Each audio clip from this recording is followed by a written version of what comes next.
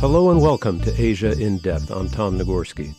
Today we return to the coronavirus for an update on the outbreak and a special look at where it all began. Until recently, a lot of people may never have heard of Wuhan, but it's a huge and important city in central China. More than 11 million people live there. And as is very well known now, it was in Wuhan that cases of pneumonia flared just a little over a month ago, the beginnings of an outbreak that has now infected more than 20,000 people, more than 400 of whom have died. Before we get to Wuhan, these important updates.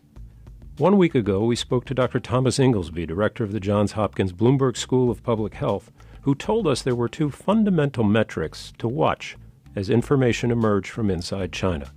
First, the rate of spread. Second, the rate of fatalities. Well, we have fresh evidence now that the rate of spread is high, comparable, Dr. Inglesby and others are saying, to influenza, the flu. In the last week alone, the number of cases has tripled.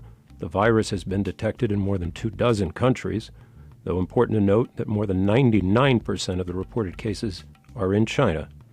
This coronavirus is, in the language of public health officials, an efficient traveler. As for the fatality rate, there may at least be some encouraging news there.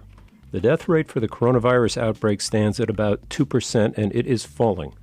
As the experts have told us, it's common for the death rate to drop, as typically the more severe cases are seen earlier on.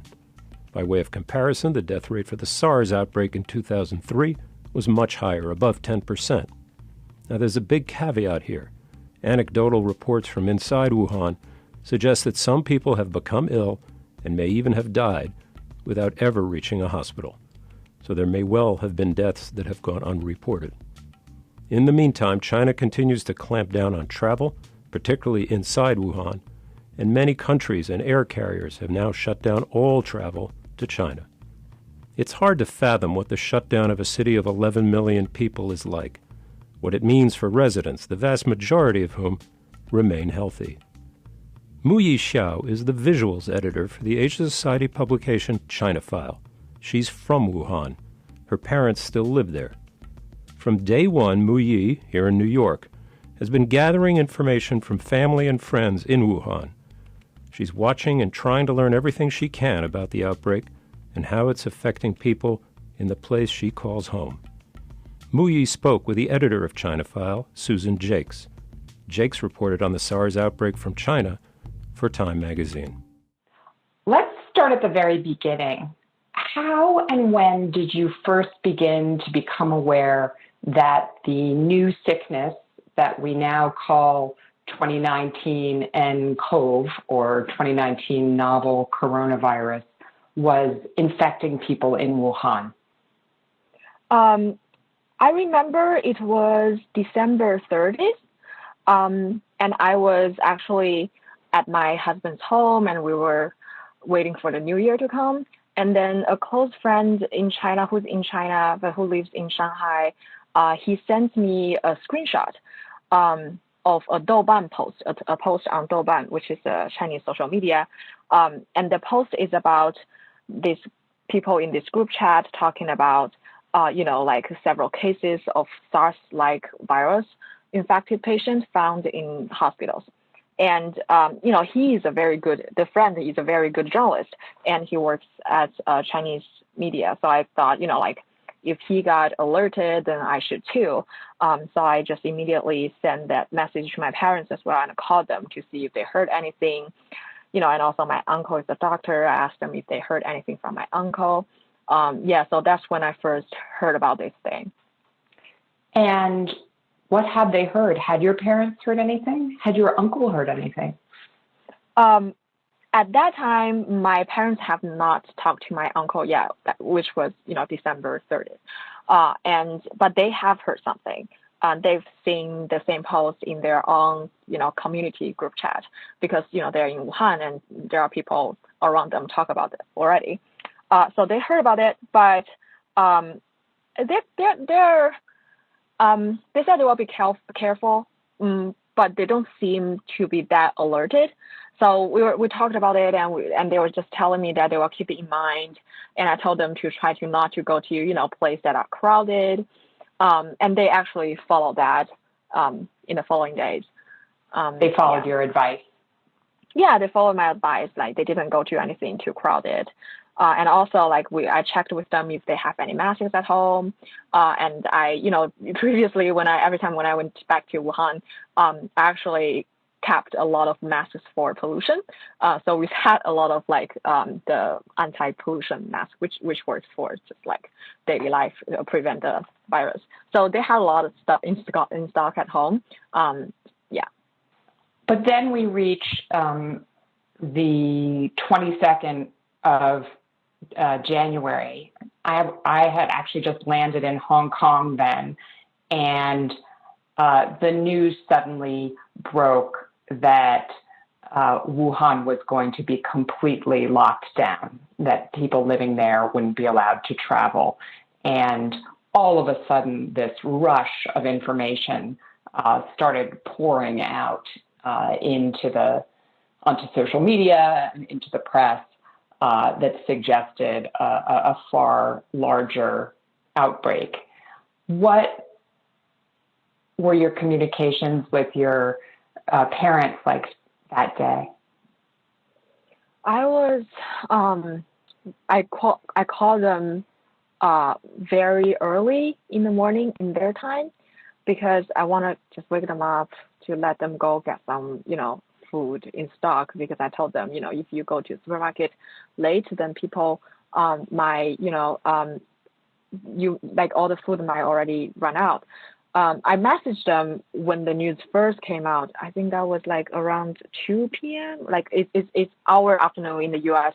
as in their midnight. And I messaged them, and they probably got waken up by my message, so they replied me. They were like surprised as well. And then I called them in a couple of hours because they woke up very early. So we just and then my mom wake my dad up and just like let him to go to the supermarket around like 8 a.m. To prepare a bunch of food. Yeah, and before, like one day before that, I was actually talking with them about maybe changing their flight ticket because they had a flight ticket to the U.S. to visit me in early March, and I of course I didn't like the idea. They just right now live in the Epicenter, so that I wanted to, kind of get them out from Wuhan. I was thinking about that. But then, one day later, Wuhan got shut down. So I kind of like lost the chance. And what has life for your parents been like since then? What's a typical day for them under lockdown? So after they shopped on January 22nd, they never stepped out of their apartment once. So they have been at home for almost like 10 days already. So a typical day is, they used to have 3 meals a day, but now they tell me that because they can get up very late and go to sleep early, so they only have 2 meals a day. And they watch TV, like they kept their TV on the whole day, and the TV is full of the coronavirus news, so they listen to that, and they browse their social medias all the time. And my mom told me that like both her and my dad put on some weight. Yeah, like it's pretty much like that. Yeah, and they do a lot of cleaning at home. They use the sanitizers to like clean everything. So they do like more housework, cleaning work than usual. Yeah, but they eat less because they don't really move much. You're also in touch by phone, on WeChat, on probably half a dozen other social media and messaging platforms with other relatives, friends, local journalists, journalists from other parts of China. What kinds of things are you hearing from them about what's happening in Wuhan right now and how it feels? So I am mostly concerned. It's just like how bad the situation really is. And, in order to get to know that, my mom's, the other younger brother, my mom has 2 younger brothers. So my mom's other younger brother, he's a doctor at the hospital, and that hospital is actually assigned as one of the designated hospital to take in the novel coronavirus patients. So, so I tried to chat with him, but he's really, really busy. But he did tell me like a little bit early on that the situation is very bad, and like they have a lot of patients every day, and they had a like difficult time to really test everyone and diagnose everyone, because they couldn't do his hospital doesn't have the diagnostic kits, so they have to send people's blood sample to some other places to get it tested. So a lot of patients in their hospital cannot get diagnosed. And also just like, even you get diagnosed, like they don't really have any special way to treat it. Basically, you just have to fight it off with your immune system. So, he's not very optimistic about this whole situation. And just like from what he told me, I can sense, if his hospital usually don't have many patients at all. And if he felt so overwhelmed right now, I just feel there must be a lot of patients out there. And he's a pulmonary surgeon, right? So this is actually something that relates to his area of expertise. Yeah, but right now he's like, the whole hospital is transformed in this like the designated hospital. So he's right now is just like is a doctor at fever department. Fever department is this special department they set up at the designated hospital to that, if you are a patient with like suspicious symptom, you go to your hospital with the fever department and you go to see doctor there. So right now, for this period of time, he works as a fever department doctor. I remember early on, probably around the 23rd or the 24th, we heard from him and from other reports from doctors that were circulating on Chinese social media and in a couple of news reports that there were severe shortages of necessary supplies at a lot of Wuhan hospitals, diagnostic kits for testing to see if people actually were sick with this virus, protective gear. Is that still the case, or have the supply lines improved somewhat since the central government got more mobilized? It has improved a little bit, but still, later I learned that the diagnosed kits is something that not every hospital are qualified to have, because I think your hospital setup have to be up to a certain standard to do the testing. So his hospital is not one of them. And actually many of the designated hospitals, they are assigned to be one of the hospitals to take in these kind of patients because they are not a big hospital, because they usually don't have many patients, so they are empty, so they can right now be transformed into a special hospital. So usually a designated hospital doesn't have a good, like a qualified setup to have the testing kits at their hospital. So this make this whole diagnose process super long. That means they have to send the blood samples to a more qualified hospital that is not like designated to taking these kind of patients. Yeah, so like it's because the total amount of testing kits increased because more companies joined to, produce them, but still, like the whole diagnostic process is long. It still takes time. So overall, the situation hasn't been got better that much. So what's your sense of, if you're a Wuhan resident and you start to feel ill, you're coughing, you have a fever, what is the process like? You go to a fever department. How long do you wait? What happens next? Yeah, I think this is a question that many Wuhan residents is trying to figure out. And even there, they really don't know where to go right now, when they get sick. So everyone's understanding is different. And my understanding is that if you have a symptom, you go to you go to a big hospital with a fever department and you try to see a doctor. Once you are there, the typical, I've talked to a friend who went to hospitals fever department actually. And he waited from 9 a.m. all the way to 4 p.m. And like his number was like 400. And by the time it's like 4 p.m., it's only like 100. The number only counted to 100. So like he just left. So you can wait for a whole day there to just to be able to see your doctor. And then you might wait for another 5 hours to get some like basic test. And then if you need like IV, stuff like that, then you will need to wait for another couple of hours to do that. So many people spend like a whole day, whole night just from like seeing the doctor, from arriving at the hospital, seeing the doctor, then get some treatment or medicine.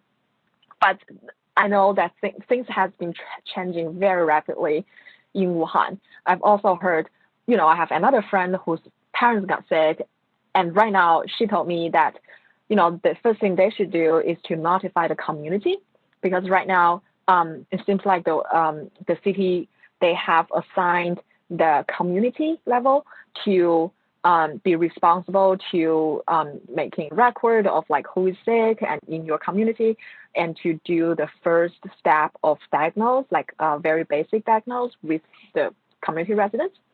Explain a little bit. Sorry to interrupt you. What is a community? What do you mean when you say a community? Is that a group of apartment buildings, or about how many people are in that unit of the city? The Chinese phrase is 社区. It's not this 小区. It's not the gated community complex. It's 社区. 社区 is more like, I think in English, a better English phrase would be neighborhood. And it's usually like thousands people, like hundreds and thousands people in one community. Yeah, that's how they define community. So you report to your neighborhood or to your community, and then what happens after that? And they will come, and you either go to a community center to get like tested for the first step, and then they will like write your name down, and then they will tell you if you can go to the hospital or not. But also here's people who just go directly to the hospital because they don't trust the community, because community is actually a fact that the community doesn't really have medical resources. So I think it's very chaotic right now. Everyone's trying to figure out, everyone just really hope they don't get sick, because if they get sick, they don't really know what is the best way to go. And the saddest reality is just like, it doesn't matter the idea that you have in your mind, what's the next place I should go. There's just like not enough beds and not enough doctor. So if you're not sick enough, doesn't matter if you go to a hospital directly or you go to a community directly, you just cannot get admitted to a hospital. That's just how it is right now.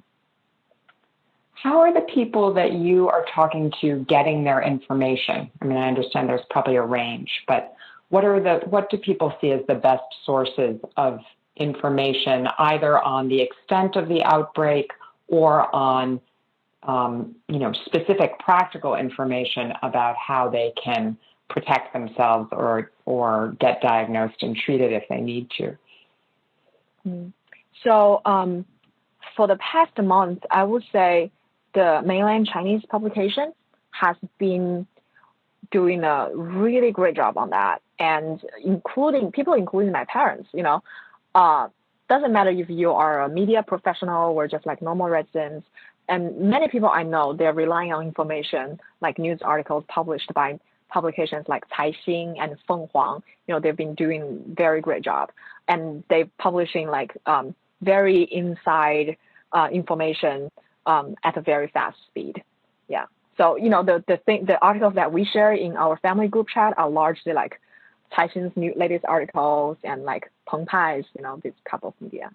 How much do people that you talk to know about this timeline, and how do they feel generally about the government's response? So yes, I think people generally know, because as I just mentioned, many mainland news outlets, they have reported on it, and it was we know that the censorship was not that heavy, so that, people like my parents had a chance to read those articles and understand that there were definitely some cover up by at least the local government in the very beginning. And people are mad, but the thing is, like, just based on my conversation with all my friends and families in Wuhan right now, I would say, being mad at the government is not the main sentiment of what they are feeling right now. The main sentiment is that they are anxious and they are scared of the disease itself, and they hope they don't get sick. They hope that their family don't get sick.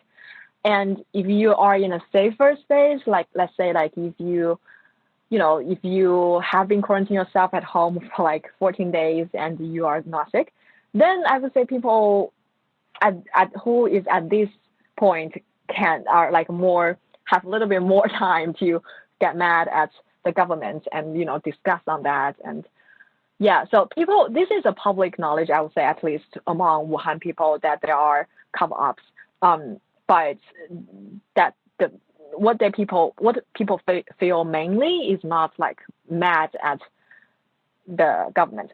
And even there are people who are mad at the government. They are very mad at the Chinese government. They're very mad at the Wuhan government, but not the central government. I want to ask you another question about how people are feeling about the reliability of information that they're getting. I remember during the SARS outbreak of 2003, I was living in Beijing and reporting on it. And there was a moment when, thanks to some high-ranking whistleblowers who were both doctors and senior government officials, China's leaders were forced to essentially concede that they had covered up the extent of the epidemic. They very suddenly revised the official number of SARS cases from, I think, about 40 to close to 400. And the same day, they fired the health minister and the mayor of Beijing.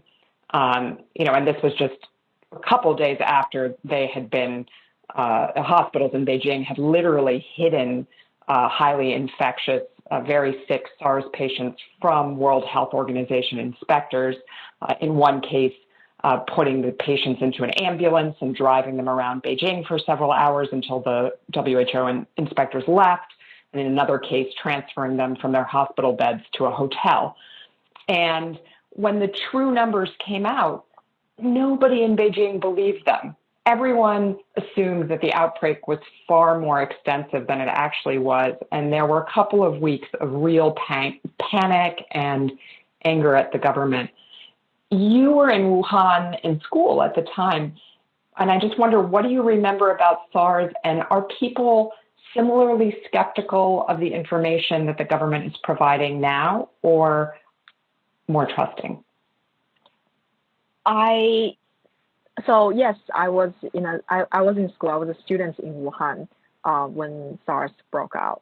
I don't remember that much because SARS was not like Wuhan was not a city that had a very serious situation. But I do remember that we were burning vinegar in our school. So that was the first time I ever smelled burned vinegar, and that smell just like stuck in my mind like all these years.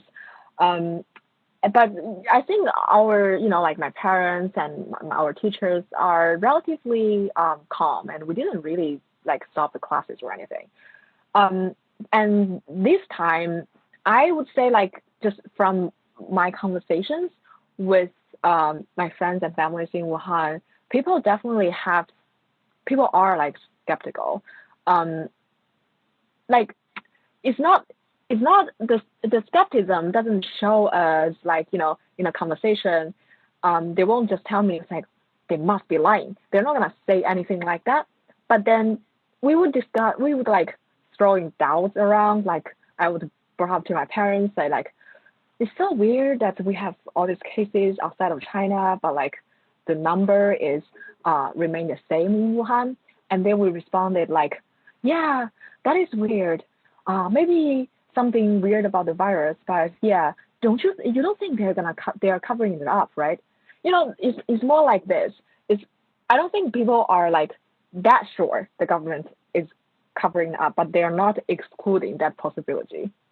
I'm also curious to hear how easy you feel it has been for local reporters to report and publish their reporting. We talked about this a few minutes ago, but you and I got a glimpse of some fairly alarming censorship early on. It was January 23rd, the day that the lockdown of Wuhan began. I was in Hong Kong, you were in New York, and we were both glued to our computers watching the news. And Caixin, which, as you just said, it was a business news magazine that's one of the most independent investigative news outlets in China, posted a story that quoted several doctors in Wuhan, estimating that there were as many as 6,000 or 7,000 cases in Wuhan. Of course, now there are more than 20,000 confirmed cases, but at the time there were just, I think, about 100.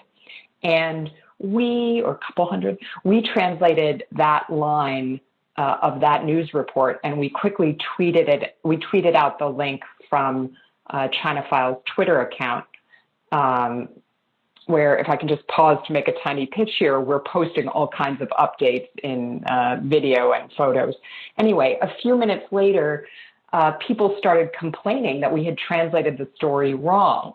And they said that the story had actually said that doctors predicted that there could eventually be as many as 6,000 to 7,000 cases.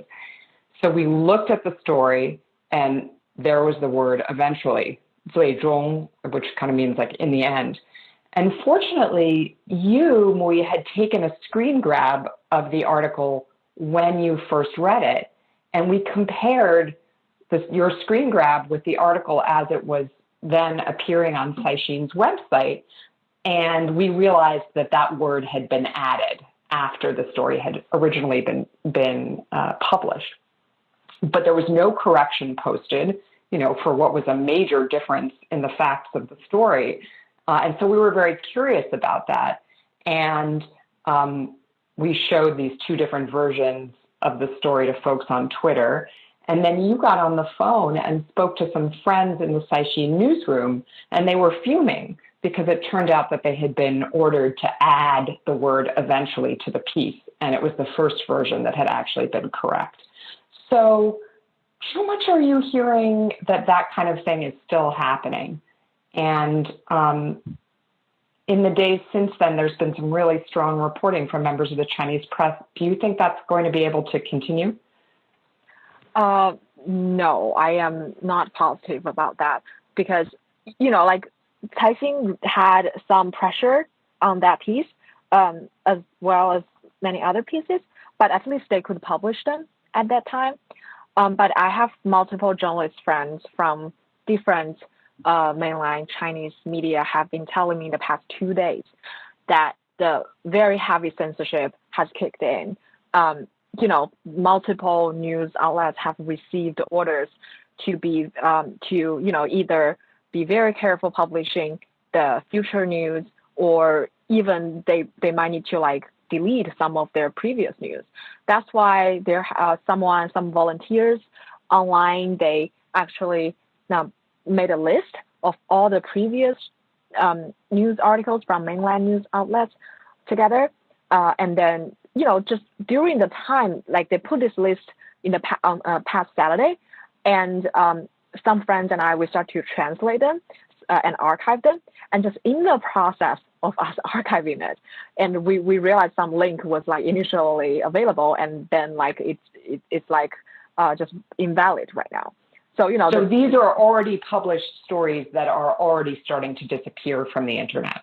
Yes, there are a couple of stories like that. Yeah, and then also, I remember it was Monday when I woke up, and I was, every day I woke up, first thing is I got my WeChat and just see what's the latest. And I remember Monday morning, I opened my WeChat, and I had the sense of the virus already disappeared, and the whole WeChat just looks so different. The things people share, it's. I don't know why it's just there are not much critical articles coming out in the past day. It just all of a sudden the whole content of what everyone are sharing are different. I don't know what made that happen, but it has been like this for the past 2 days. Yeah, it's very weird. Yeah. Yesterday, China's leader, Xi Jinping, held a meeting of the Politburo Standing Committee. These are the guys that run the country, to respond to the crisis. And he said the virus had become, and I'm quoting here from state media reports about that meeting, a major test of China's system and capacity for governance. And he seemed, in his other comments, to sort of indirectly blame local officials for the outbreak. He said, that the government wouldn't tolerate bureaucratism and officials shirking off their responsibilities, which sort of seemed like an implicit criticism of the government in Wuhan. And then today, the People's Daily front page editorial called the response to the virus a people's war. And they urged readers to more closely rally around the Chinese Communist Party with Comrade Xi Jinping as the core if they hope to win this war. So how do you feel about this, and how are people that you're talking to feeling about Xi Jinping's role in the response to the outbreak? I personally don't feel that. I mean, I think what the central government and the local governments are doing right now is just like trying to push responsibilities to each other. Because a couple of days ago, like when the Wuhan's mayor was questioned on TV, like about their previous decision of delaying releasing the news to the public. And he said like, oh, we need to notify our upper level. He's like implying that he did what he's supposed to do. And just like the upper level didn't give him approval to release the news to the public. And now the central government, they said they're going to punish the local level officials, and they are doing so. They punished several officials in the Hubei Red Cross yesterday, and also a couple of other officials in Wuhan government, because people were complaining that some Wuhan government official get some masks from the Red Cross, things like that. And also they punished Huangang's official just because like she couldn't really answer questions on TV. That's another city in Hubei. Yeah.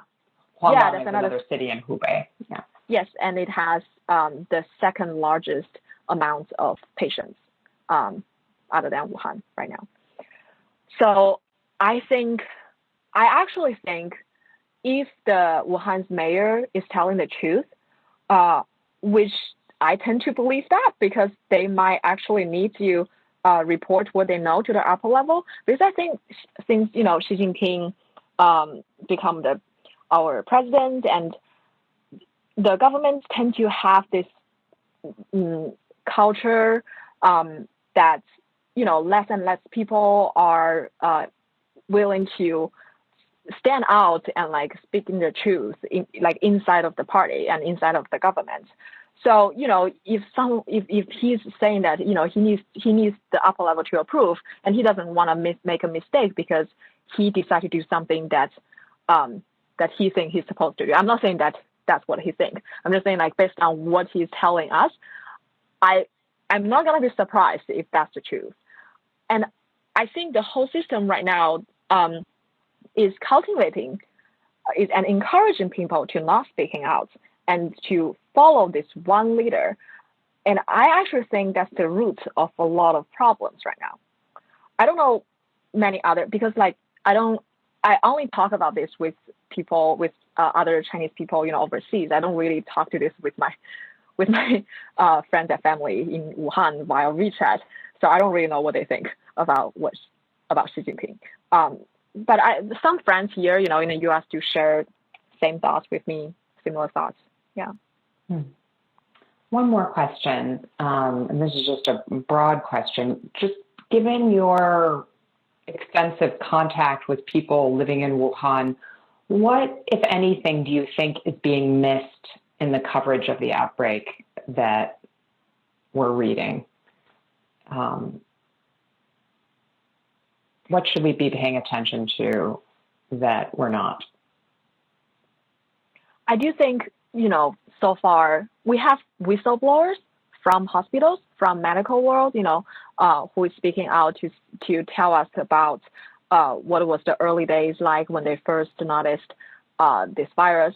But then so far we don't have any whistleblowers from inside of the government, unlike when you were covering SARS at that time. So I think this is one of the major things that we are missing this time. So we might never know what actually happened, if Wuhan government reported to upper level. So who is the main person to be blamed for this outbreak, for this man-made disaster? We still don't know. We might never know because of that. Well, we'll keep talking. Thanks, Muyi. Thank you, Susie. Thank you for listening to Asia in Depth. You can check out our show page at asiasociety.org/podcast and follow us on Facebook and Twitter @Asia Society. I'm Tom Nagorski. We'll see you next time.